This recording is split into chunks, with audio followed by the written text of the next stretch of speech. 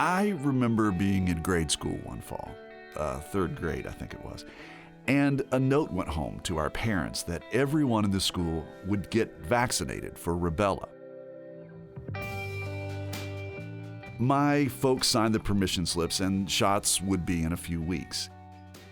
Now, earlier that year, I'd been very sick and I was in the hospital for a couple of weeks, and they didn't know what was wrong with me.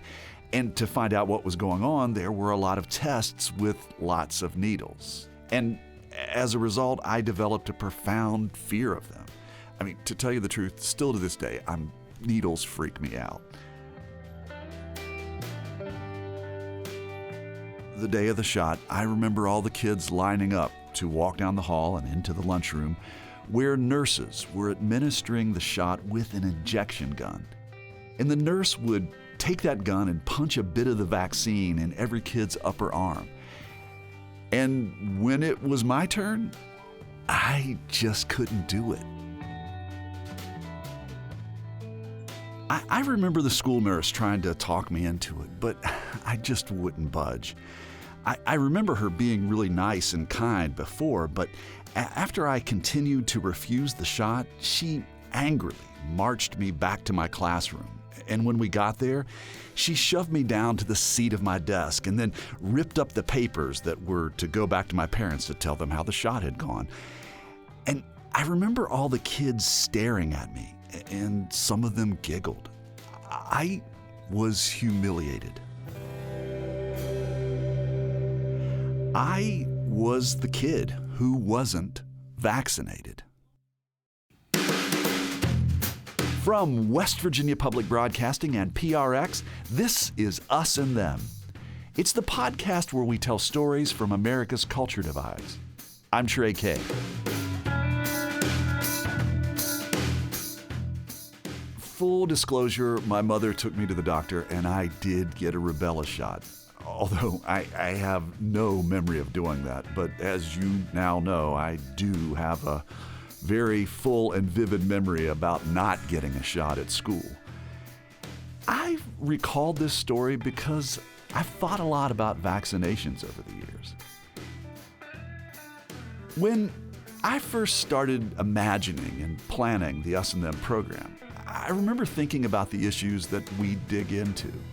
And some of the topics that we'd cover would fall on either side of the conservative-progressive divide. But we are also really interested in conversations about issues that don't necessarily break along the typical left-right, conservative-liberal fault lines. We want to consider issues where those positions blur. And we're curious about topics that make for strange bedfellows. And when we discussed things that were of this nature, one of the first things that popped in my mind was vaccinations. In my experience of talking to people on either side of the culture divide, opinions on childhood vaccinations bring together people who wouldn't agree on religion and politics or much else. But for whatever reason, they agree on this.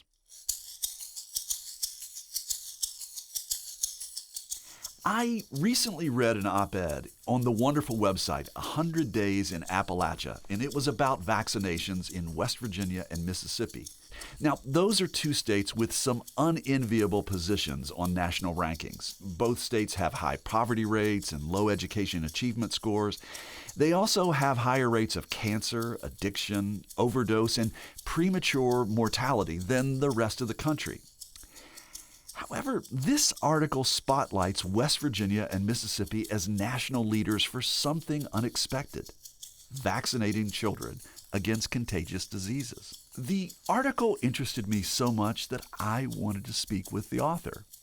Today, Jamie Lynn Crofts joins me. She's a constitutional civil rights attorney in Charleston, West Virginia. Previously, she was legal director for the ACLU of West Virginia and is now in private practice. Jamie Lynn's article looks at the laws that govern vaccination requirements. And while some people may debate the medical science of vaccinations, it's state laws that set out the legal language. And the laws are very different from one state to another. So how did you get interested in the state laws that cover vaccinations? Well, there are there are a few different ways. This has always been kind of a pet issue of mine. And I also have a cousin who has 2 young children who lives in Seattle. She happens to be a doctor, and she's always very concerned about the fact that her children could get sick. But as a civil rights lawyer, it's these state laws that really interest me and are really right up my alley. Not that long ago, contagious diseases were a public health threat. How successful have vaccines been at containing or eliminating them? Incredibly successful. Smallpox, for example, has been completely eradicated worldwide. Until recently, measles was considered eradicated from both North and South America. Well, you mentioned the measles. As a kid, I remember a time before there was an available measles vaccine. In fact, before the vaccine became available in the 1960s, the CDC said that all kids under 15 got the measles. So there was a lot of concern about that disease back then. But when my son was growing up, and he's 21 now, but when he was growing up, I don't remember hearing about many of his peers having the measles. For the last 2 decades, measles has been basically eradicated from the United States because of the efficacy of the vaccine. The measles, mumps, and rubella vaccine, I know you mentioned rubella at the top of the show. Right. That's part of the measles vaccine that our school children receive. It's 97% effective when it's administered correctly. And the efficacy of that vaccine can be seen in the fact that until very recently, with the rise of the anti-vaccination movement, we haven't had measles in the United States. Well, okay, but we're like in the first quarter of 2019, and I already see stories of measles outbreaks in other states. Well, what can you tell me about that? Already in 2019, we have outbreaks going in 6 different states. The latest numbers from the CDC say that there have been 159 measles cases this year.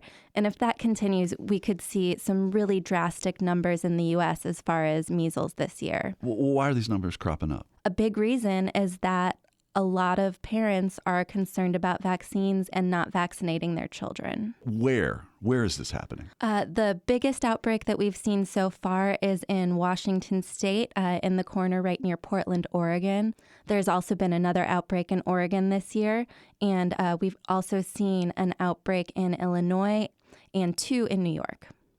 I'm here with Jamie Lynn Crofts. She's my guest on this Us and Them conversation. She's an attorney specializing in constitutional and civil rights, and she practices here in Charleston, West Virginia.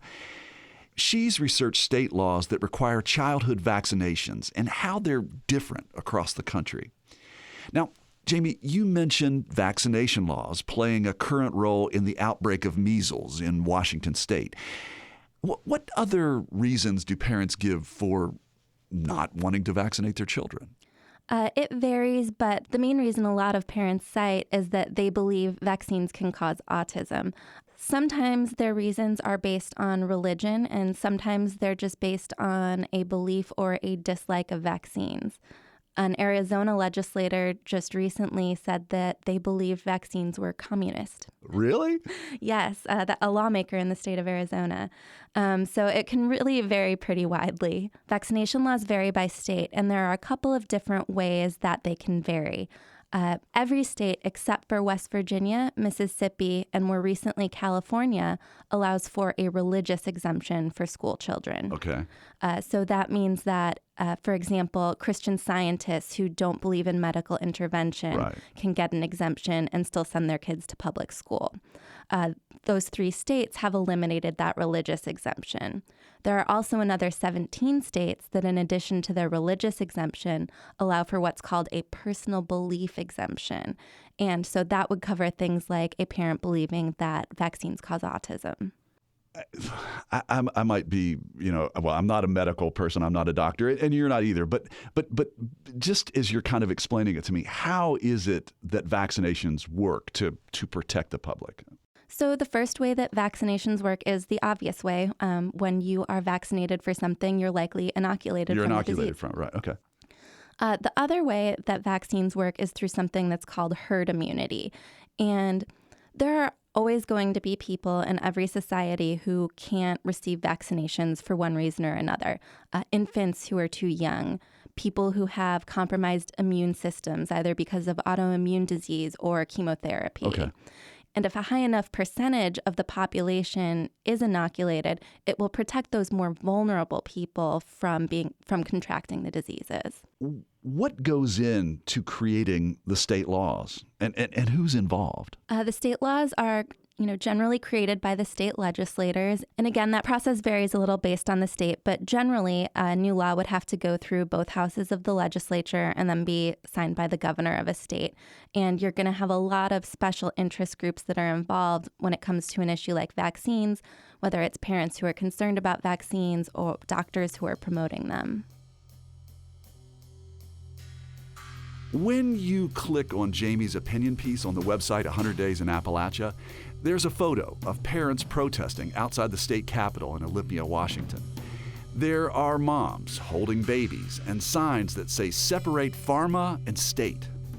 The parents are rallying against a proposed bill that would remove a philosophical exemption to the measles, mumps, and rubella vaccination for school-age children. Both Washington and Oregon, in light of the current outbreaks, are considering tightening their laws. And there has been a pretty big outcry in those two states of parents who want to stop those laws from being tightened. Well, how about health officials and others? Are they involved? Health officials are always involved, and in Washington, they've also declared a public health emergency because of the measles outbreak. They're going to be offering testimony and evidence to show the efficacy of vaccines and what they've helped accomplish. What percentage of the population needs to be vaccinated to kind of have that herd protection kick in? Generally, it's around 95%. It varies a little bit based on the specific disease. I remember when I became a parent. My son was born back in the late 1990s. And at that time, there was a lot of concern among parents in my community about vaccinating our kids. There was a fear that you were putting your child at risk for autism.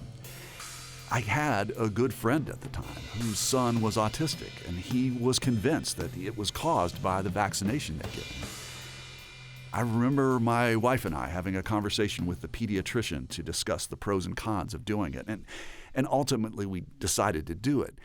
I asked Jamie Lynn why there was so much worry about vaccinations causing autism. Well, it all really started with a study by the now former Dr. Wakefield, and that's... He's not a doctor anymore? He is not. He had his medical license revoked. Okay. But that study made a very compelling case that vaccines caused autism. That study was later entirely debunked. It has been revisited numerous times by people who, unlike myself, are medical public health professionals. No other study has ever found that type of correlation. And in fact, that study was later retracted and he lost his medical license. Well, what has the impact been of Wakefield's paper? Unfortunately, the belief that vaccines cause autism is still pervasive today. You see people like Jenny McCarthy traveling the world and trying to encourage people not to vaccinate their children. She has an autistic child and she firmly believes that it was caused by vaccines. Another reason that belief persists is that parents and doctors can start to notice the signs of autism right around the age that children generally get their first vaccinations. And so there's really not any type of causation there, but parents see the correlation just because it happens to be at that same age.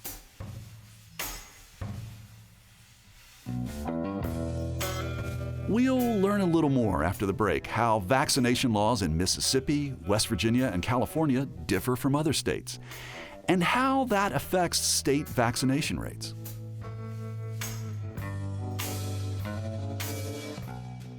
I'm Trey Kay, and you're listening to Us and Them, which is supported in part by the West Virginia Humanities Council, the CRC Foundation, and the Daywood Foundation.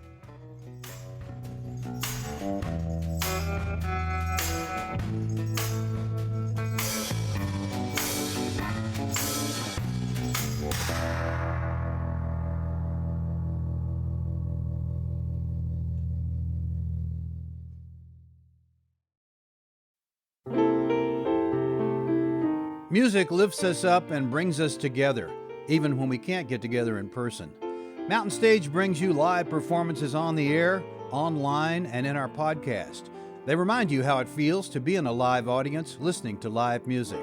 This is Larry Gross, host of Mountain Stage. Find a link to our stations and our podcast online at mountainstage.org.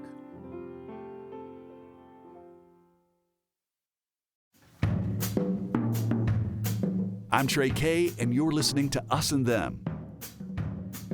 I'm with Jamie Lynn Crofts, and she practices law in Charleston, West Virginia, focusing on constitutional and civil rights issues. She wrote a recent article for the website 100 Days in Appalachia that looks at the laws that govern vaccination requirements, laws that are different from one state to another. But you say that West Virginia and Mississippi are leaders in vaccination laws. I know here in West Virginia, and I've heard this in other states, that there's bumper stickers and they'll say things, well, if it wasn't for Mississippi, we'd be last. You're smiling as I say that, but we've heard that before. What can you tell me about Mississippi and how it came to its laws with regard to vaccination? It's actually a really fascinating case that went up to their state Supreme Court. So in the 1970s, Mississippi had a law that did allow for a religious exemption for vaccines, but you had to be a member of a denomination and have a religious leader sign off on it.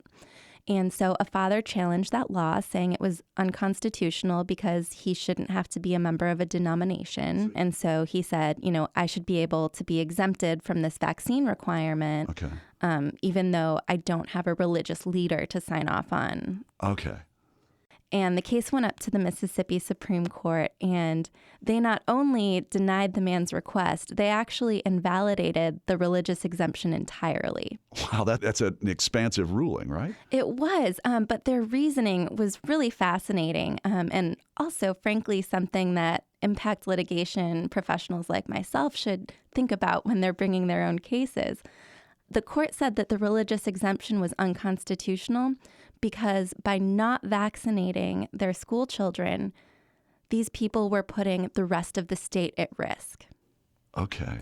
And so they said that this religious exemption actually violated the rights of all of the other people in the state who could get sick because these people didn't believe in vaccines.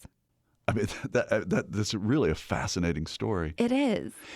Okay, so we have Mississippi and how they came about their laws. Well, how did the laws come about in West Virginia? Well, in West Virginia, we started allowing counties to set out their own guidelines for school children back in the 1800s. And our current scheme has been in place since around the 1970s, which is when a lot of these state laws started to proliferate. And we have never had any type of religious or philosophical exemption in our laws. Both of these states seem to be effectively controlling diseases, but the laws seem very top-down.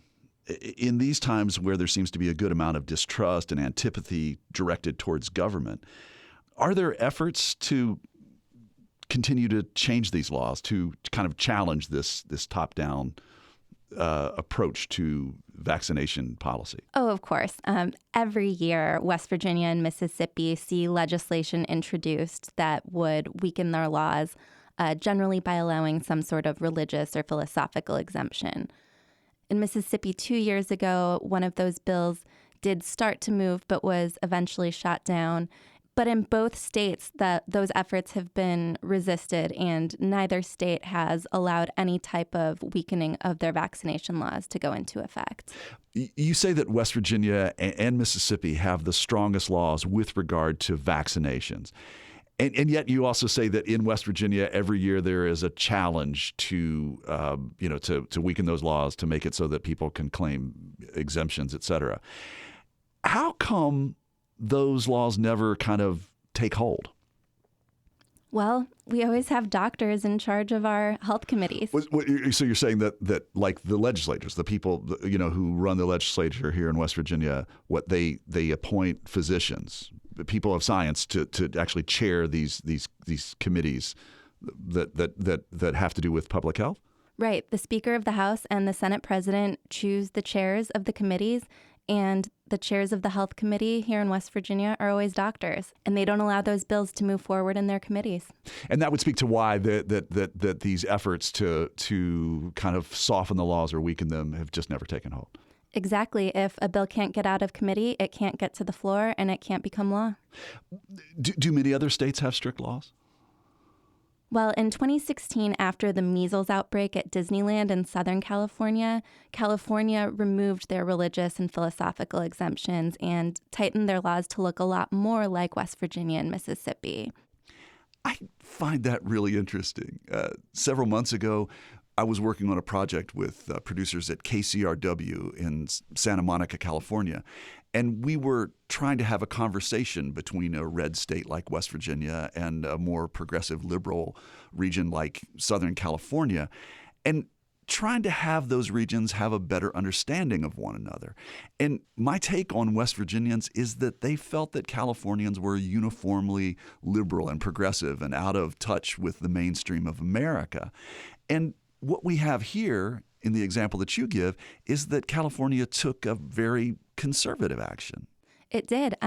It's something that I think a lot of people wouldn't have expected, that California was kind of modeling its law off of West Virginia and Mississippi, but that's where we were. How would you consider the laws nationally? I mean, how many states have strict laws like West Virginia or Mississippi? It's only West Virginia, Mississippi, and California that have these really strict laws. We are the only states in the country that do not allow for a religious exemption. So 47 other states do allow religious exemptions. We talked about California, but are there other states who have lax laws, who are experiencing some type of public health problem, like Oregon and Washington are right now, that have taken action to kind of get their arms around this problem? And how are they doing that? Well, a lot of state legislatures around the country are looking at their vaccination laws and considering tightening them. In both Washington and Oregon, the sites of the biggest current outbreaks, they're considering getting rid of their religious exemption and also their personal belief exemption. Again, this would be changing their laws to look more like those Appalachian laws in West Virginia and Mississippi. And that's happening now, or that's being considered now in Washington State? In both Washington and Oregon, yes. Okay. And are there any other states that are considering changing their vaccination laws? It's a hot topic at capitals around the country. In states like Arizona and Texas, legislators are talking about it, and it's something that the National Conference of State Legislatures is always looking at and updating their information on. How do you see this playing out long term? I mean, there is suspicion and distrust in government with regard to public health policies. And that in a way, that's not anything new. It seems like it's a balancing act going into the future. I mean, how do you see this playing out? It's definitely a balancing act. And frankly, while there are some issues that I think should be regulated, I don't always fall on the side of the nanny state. Like you mentioned at the top of the show, this is an issue where you can find yourself both with strange bedfellows and people who are generally allies disagreeing with you. I completely understand distrust in the government. But when it comes to public health, we need to listen to public health experts. We don't need to listen to lawmakers. We need to listen to doctors and scientists. And places like the World Health Organization and the CDC and medical studies worldwide are very clear that vaccines are effective and safe. So as far as going forward, I think this is something that over the next several years, we're going to see a lot of states talking about. I'm hopeful that what we're going to see is states like Washington and Oregon following the lead of West Virginia and Mississippi and making it so they don't have things like huge outbreaks in small communities in their state. West Virginia and Mississippi haven't seen these kinds of measles outbreaks because we're so good at vaccinating our school children. Another thing that I think it's important to recognize is that mandatory vaccination laws don't require people to be vaccinated just to exist and live in the state. They target school children. And when you send your kids to school, if they're unvaccinated, they can infect all of the other kids there, or especially they can infect the kids there who have some kind of sickness or a compromised immune system and can't get the vaccinations themselves. So I'm hopeful that parents will start listening to public health officials, that legislatures will start listening to public health officials, and that we can really completely eradicate these contagious diseases from our society. Okay. Generally when I write something, I'll share it in a few Facebook groups that I'm a member of, and they're, groups where people are pretty aligned politically. Most of the things I post, will get a couple of likes, a couple of shares, and, no real debate or arguments. But when I shared this one, there were some people who got really up in arms. There were people who don't vaccinate their children who got very angry at me for writing it. What did they say? All sorts of names that I was called. You don't know what you're talking about. But again, like the people who accuse me of not knowing what I was talking about, they're not doctors either. But really, there's a real passion there for people on both sides. And it's really interesting to see how it plays out, because you really can't guess based on someone's political views where they're going to come out on this. Social media has provided the vaccination debate with a platform for high-profile exposure. The echo chamber sometimes helps us see and share only perspectives we agree with. And in this case, that is a challenge. I think it's really dangerous that, and we're all doing this, I do this, we all consciously or unconsciously seek out confirmation bias. Yeah. We seek out people who agree with us. And so you can see, for example, on social media, all sorts of groups where people are sharing in the world of vaccines information that is false. And that is really dangerous. On the other hand, the internet and social media have given us this great tool to share information and facts.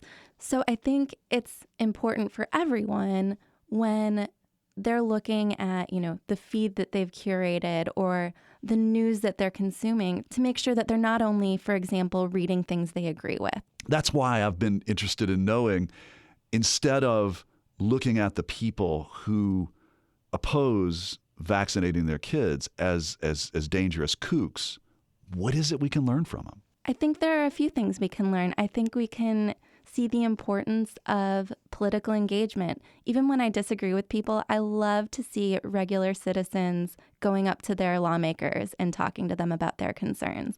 I think that's something we need to see more of nationwide. Here in West Virginia, for example, it's a small state. If you go to the Capitol, you can talk to your senator and your delegate. I would love to see more of that. I think it's obviously important and wonderful that people care so much about their children. We want to see people engaged. Unfortunately, in this instance, it's in a way that's harming those children and also creating public health problems. But that's still a good value to have. Just because I disagree with someone doesn't mean that they're crazy. And just because someone believes something that isn't true, that doesn't make them crazy. This is the world we live in. We all receive misinformation. It's just important, and it's incumbent on each of us to make sure we're doing the research and getting the facts. Jamie Lynn Crofts, I have been fascinated by your article, and I've really enjoyed this conversation today. Thank you so much for coming in and speaking with me. Thank you for having me. This was really great. Vaccinations are not just a medical question. There is much more at stake than whether to get a shot or not. It's a matter of individual and religious rights. Whether or not to vaccinate children from contagious diseases is also a matter of public health, and for many, a moral and ethical challenge. State laws impose different vaccination requirements, and they allow different exemptions. It's also a changing landscape as state lawmakers consider revisions to existing laws. What do you know about your state's vaccination laws? Are there personal or religious vaccination exemptions? How do you feel about the balance between the responsibility we all share to promote public health and each person's right to opt out? Can you let me hear from you through our Facebook page or Twitter @UsThemPodcast or via email trey@usandthempodcast.com? You can also connect with me at the West Virginia Public Broadcasting website, wvpublic.org.